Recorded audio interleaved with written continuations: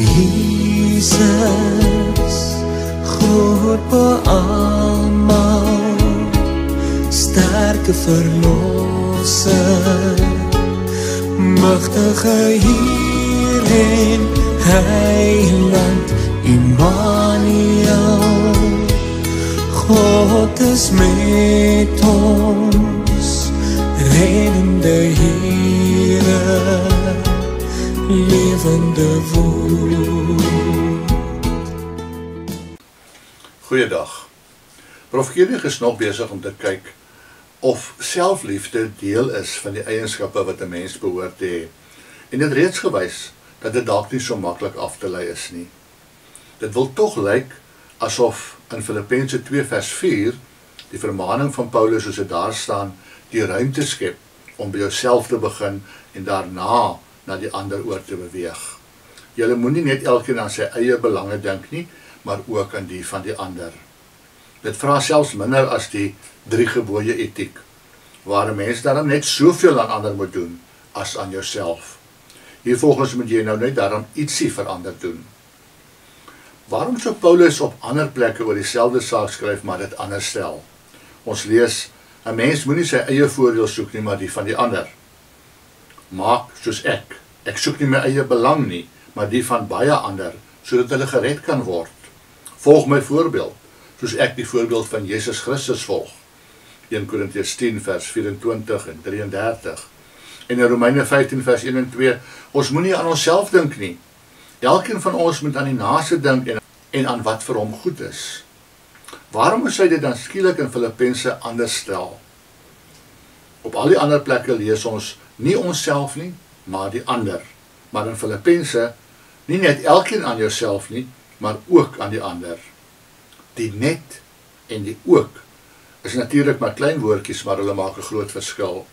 In G-etiek, waarin dit nie om myself gaan nie, maar om die ander, soos wat ons by Jesus leer ken het, word deur die 2 woordjies verander in 'n uitbalanseringsetiek, waarin ek eerste kom.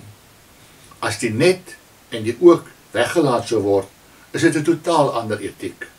Dan is ons terug by Jesus se G-etiek en Paulus se ander uitsprake.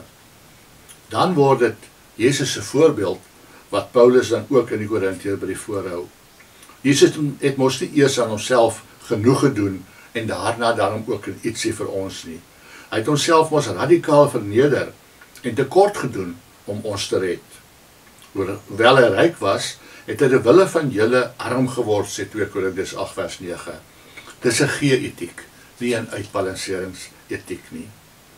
Maar is dit nie dieselfde voorbeeld waarna Paulus in Filippense 2 verwys nie?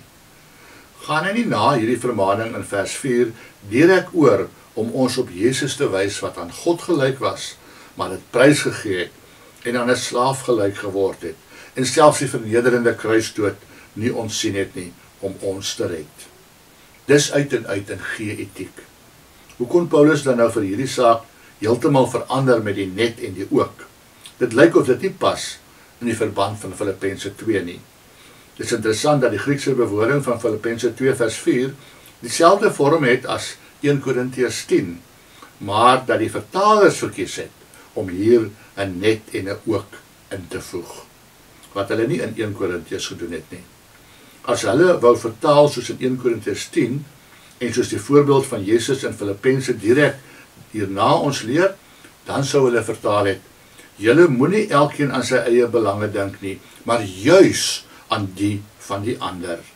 En dan sou dit presies gepas het by die voorafgaande sin, wat nie lees, julle moet julle self gelyk ag aan die ander een nie, maar julle moet die ander een hoër ag as julle self. Kom ons bid saam.